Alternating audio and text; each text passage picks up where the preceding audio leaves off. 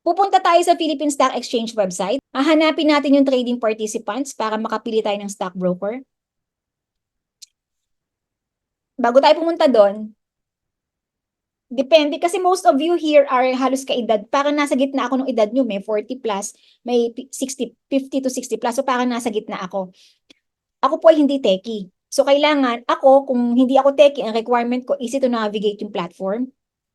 Good customer service. Kasi pag may tanong ako, and fast server response, mahalaga to, especially sa trading. So, maganda, nagpo-provide sila ng fundamental analysis kasi hindi ka magko-compute. Iko-compare mo lang data. Ito gawain ko yan, mag-compare ng data. Hindi po ako nagko-compute. So, maganda, meron sila niyan. And maganda, mag-provide sila ng global and local outlook ng market. If you will buy blue chip stocks, mahalaga to. Ano yung mga blue chip stocks? Yung papakita kong bonus mamaya at the end of the training. Mahalaga na alam nyo yung global and local outlook ng market. This is the link of the PSE. Pag dinoble click ko to, tingnan niyo yung mangyayari pag dinoble click ko ha. O, di ba? Pero siya din yun. Dinoble click ko lang. Minsan, pwede mong i-type ito lang. Ayan, yung may highlight, pwede mong i-type yan. Minsan, ito lang. So, ngayon, pupunta kayo sa ito. Trading. Trading participants. Dito na lang tayo sa online para hindi na kayo aalis. Nasa bahay lang kayo. Online. So, ayan, i-click nyo na lang po isa-isa ha. Sobrang dami eh. Hindi tayo matatapos eh. So, sampulan na lang natin yung letter C. Let's check the call. Tingnan nyo. Pag kinlik nyo yan, diretso broker yan. Lahat yan, diretso brokers. And then, i-click nyo yung mga gusto nyong brokers and then i-research nyo po. Kaya lang, ang mahalaga doon, pag i-research.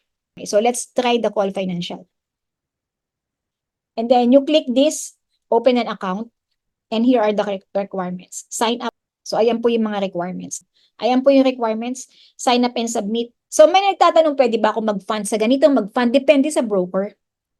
Depende sa broker kung anong bangko yung pwede. So, sa Call Financial, ayan po.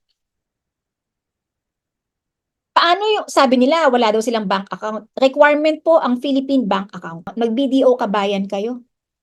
Kung sakali man na wala kayong bank account. Mag-online application kayo sa BDO kabayan, meron po yan. BDO kabayan. Ganun yung gawin nyo ha. Let's try to click nga tingnan natin to. BDO Securities. Sa BDO to.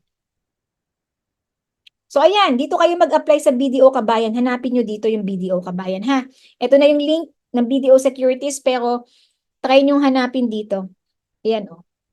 Personal business. I-navigate nyo lang yan. Ayan, may mga ano naman sila, ibang, naka-BDO Securities yan, pero madami silang, ayan, oh.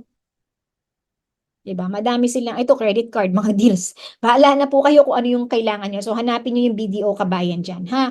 Pero the broker, dito kayo, kung gusto nyo yung BDO Securities, ito. Ay, sorry, ayaw lumabas. Ito to.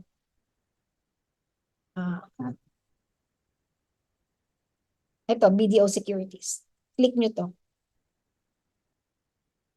So, hihingan kayo ng ano. Kung may BDO account kayo, madali na siya. Kung may BDO account kayo. Napakabilis ng processing. Basta may BDO account kayo. Okay? So, BPI trade.